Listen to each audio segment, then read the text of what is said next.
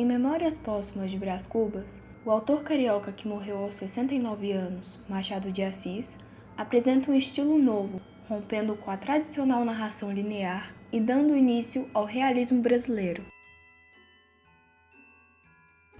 Meu nome é Brás Cubas e você está prestes a ouvir a minha história. Lembrando que eu não sou um autor defunto, mas sim um defunto autor. Por algum tempo, fiquei em dúvida se deveria começar essas memórias pelo princípio ou pelo fim. Isso é, se eu contaria antes o meu nascimento ou a minha morte. O que me consta é que ninguém ainda contou seu próprio delírio. Resolvi então contar a minha história depois de morto. Tinha uns 64 anos, ricos e prósperos. Era solteiro, possuía cerca de 300 contos de réis. Fui acompanhado no cemitério por 11 amigos.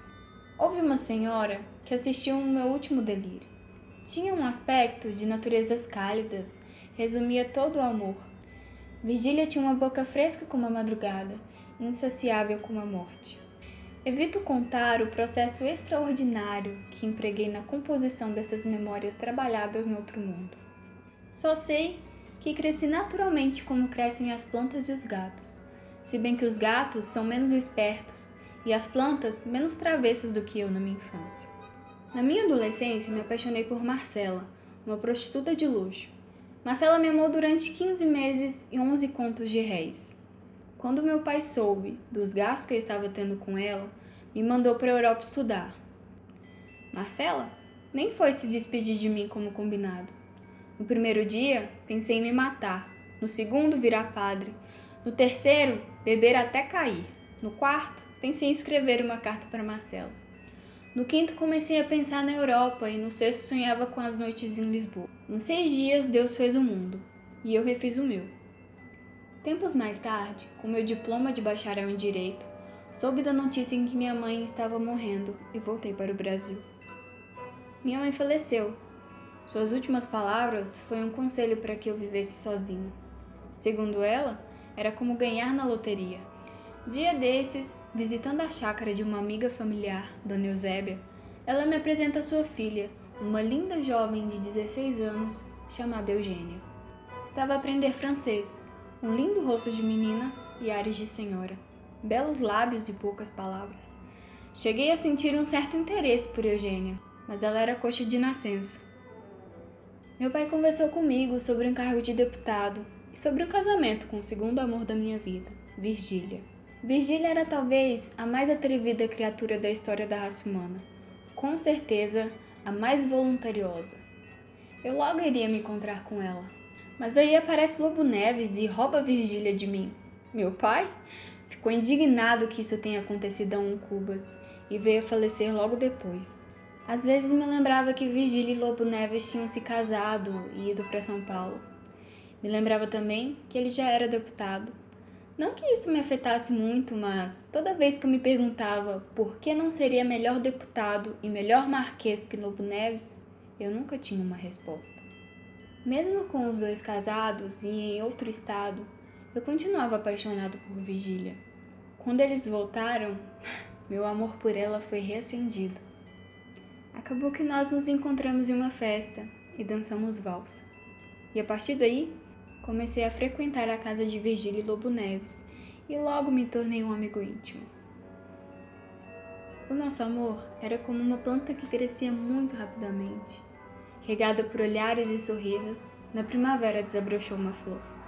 E a partir daí, nós dois mantivemos um relacionamento de traição às escondidas, na casa de uma de suas empregadas, chamada Dona Plácida. Certo dia, reencontro um dos meus amigos de infância, Quincas Borba. Pobre mendigo roubou meu relógio. Aconteceu que Lobo Neves recebeu um cargo de ministro do Maranhão e queria me levar como secretário.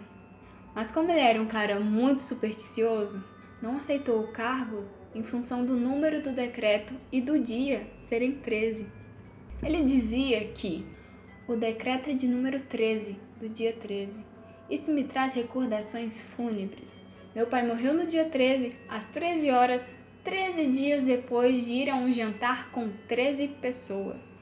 Minha mãe morreu no parto do 13º filho, numa casa de número 13, e esse filho morreu aos 13 anos. O tempo passou e Virgília ficou grávida de mim, um filho no qual eu não pude ver com vida. Morreu antes mesmo de nascer. Conheci depois Nha Lolô, filha de um amigo do meu pai. Um dia, recebi uma carta e junto com ela a surpresa de saber que era de Quincas Borba, que agora, rico graças a uma herança, resolveu me dar um relógio. Não era o mesmo, porém não era inferior ao que tinha. Na carta, dizia que muitas coisas haviam mudado e que ele iria me contar pessoalmente. No dia 31, o marido de Virgília recebe novamente o cargo de ministro. Dessa vez, ele aceita e junto à esposa vão para o norte. Decidi então me casar com Nha Lolô, mas acontece que ela faleceu antes. Quando Lobo Neves e Virgília voltam, eu já estava com os meus 60 anos. Tive então a decisão de virar deputado. Lobo Neves morreu, deixando Virgília viúva. Talvez sua morte tenha me dado um pouco mais de tranquilidade, alívio e 1 ou 2 minutos de prazer. E por prazer, eu fui ao seu velório. Se já não bastasse o falecimento de minha mãe, meu pai, meu filho, Nha Lolô e Lobo Neves, morre em minha casa meu amigo de infância, Quincas Borba. Entre a morte do Quincas e a minha, o principal acontecimento foi a invenção do emplasto Brás Cubas. Eu ia inventar um remédio destinado a aliviar a nossa melancólica humanidade. E de tanto pensar no emplasto, aquilo se tornou uma ideia fixa. E de tão fixa, eu resolvi arejá-la. Abri a janela, apanhei um vento encanado e gelado, no qual me trouxe uma pneumonia que me impediu de inventar o emplasto. Lá estava eu em uma tarde de agosto, às 2 horas de uma sexta-feira, deitado à beira da morte. Com 64 anos, rico, solteiro, sem filho, Virgília estava do meu lado e assistiu meu fôlego se esgotar.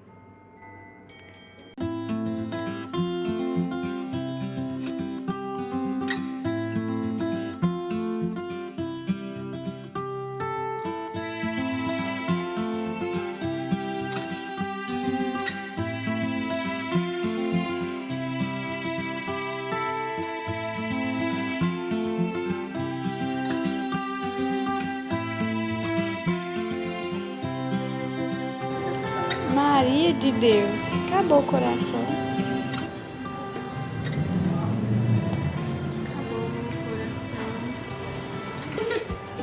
Malvado. Matou. Tu quer que... Nossa. Se você pensa que só porque a Laila acabou, nosso trabalho acabou, não, a Laila não recortou, a gente tem que recortar. E depois que recortar, a gente vai continuar a gravação. Você pode acompanhar a gente no nosso canal. Mentira.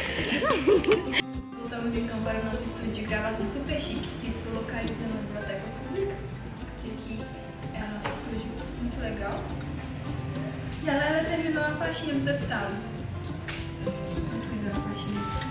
Vai pegar a faixinha. Pegar a faixinha. Prêmio verde, então é isso. Você vai acompanhar mais com a gente a nossa gravação.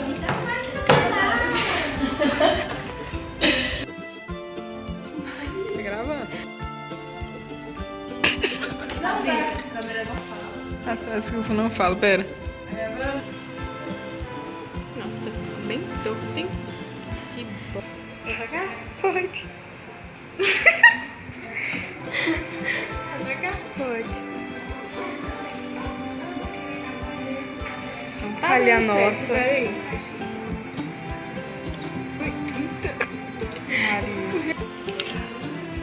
E esse homenzinho grudado no homem, né? No homem Neves, no Lobo Neves. A nova caiu, Virgília. Oh, meu pai. Chega.